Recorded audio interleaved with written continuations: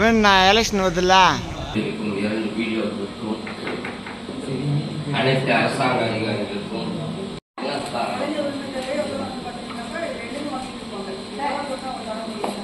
ஏதாவது ஒரு ஜீவம் வந்துருக்கு, ஏதாவது ஒன்றா ஒரு ஜீவம் அந்த ஜீவம் பார்த்து கொடுக்க முடியுமா?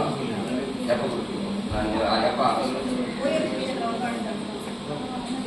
ஓஏபி செக்ஷனில் நான் வந்து கேட்டால் தரமாட்டாங்க.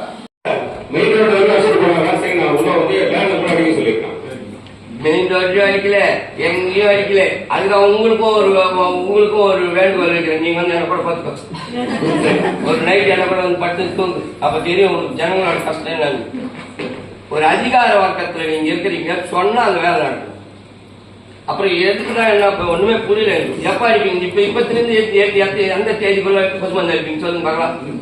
நான் இது 6வது மீட்டிங்ல கேட்கறேன் உங்களை, அதாவது 6 to 12 ஒரு வருஷமா நடக்கல. எப்ப சார் அடிப்பீங்க?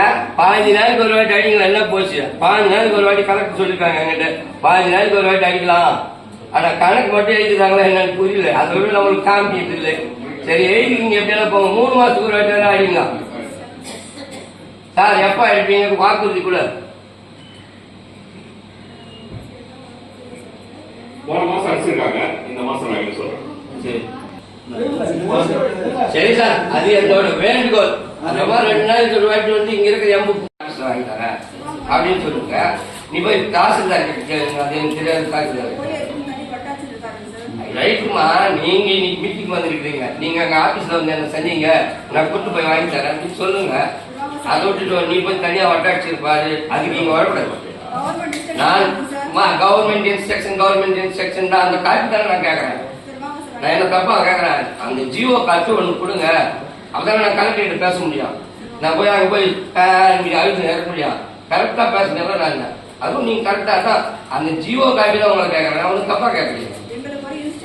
அந்த இன்ஸ்ட்ரக்ஷன் காப்பி எதனா இன்ஸ்ட்ரக்ஷன் வந்து போன்ல சொல்றது, அது எனக்கு தேவையில்லை. மேனுவல் ஆர்டர் காப்பி மட்டும் வரும்ல, அந்த ஆர்டர் காப்பி ஒரு ஜெராக்ஸ் கொடுக்கலாமான்னு நான் கேட்கறேன். நான் போய் வேற இடத்துல பேசணும்னா அந்த ஆர்டர் காப்பி வச்சுன்னு தானே என்னால கேட்க முடியும். நீங்க போய் பப்ளிக்ல பதில் சொல்லி பாருங்க, அப்ப தெரியும் உங்களுக்கு. ஓஏபி எத்தனை பேர் கட் ஆயிடுது, ஒண்ணுமே இல்லாதவங்களுக்கு கட் ஆயிடுது. ஒன்னு என்னன்னு புரியுது. ஓகேம்மா, உங்களுக்கு என்னென்ன இன்ஸ்ட்ரக்ஷன் வந்ததோ அதோட காப்பி ஒண்ணு எனக்கு வேணும். அடுத்தது அப்புறம் ஈபில இருந்து யார் வந்திருக்கீங்க? ஈபி யாருமே வரமாட்டாங்க. ஈவில 5 ஆண்டு காலமா ஒரு கம்மம் வந்து போகுதுல, யாரோ சாவ போறாங்கன்னு சொல்லிங்களா, அந்த கம்மமும் விழாதே இருக்குது. சரி ஓகே சந்தோஷம். ஆனா ஊர்ந்துச்சுன்னா யாரோ அப்ப செத்துருவாங்க, அதை மாத்த சொல்லி கேட்கறேன். ஈவில நம்ம எப்ப கூப்பிட்டாலும் போன் எடுக்க மாட்டோம். நம்ம பேசி யார்கிட்ட பேசுறது? நான் இங்க போய் சரி ஹாஸ்பிட்டல் ஹெல்த் டிபார்ட்மெண்ட் யாரும் வரமாட்டாங்க. யாருக்கிட்ட தான் போய் கேட்கறது?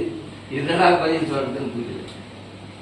மீட்டிங்னு சரி சொல்றாங்க, ஆனா கரெக்டா அதிகாரிங்க வரதில்லை. அவங்கள கேட்டா எனக்கு கர்தாசி வரல.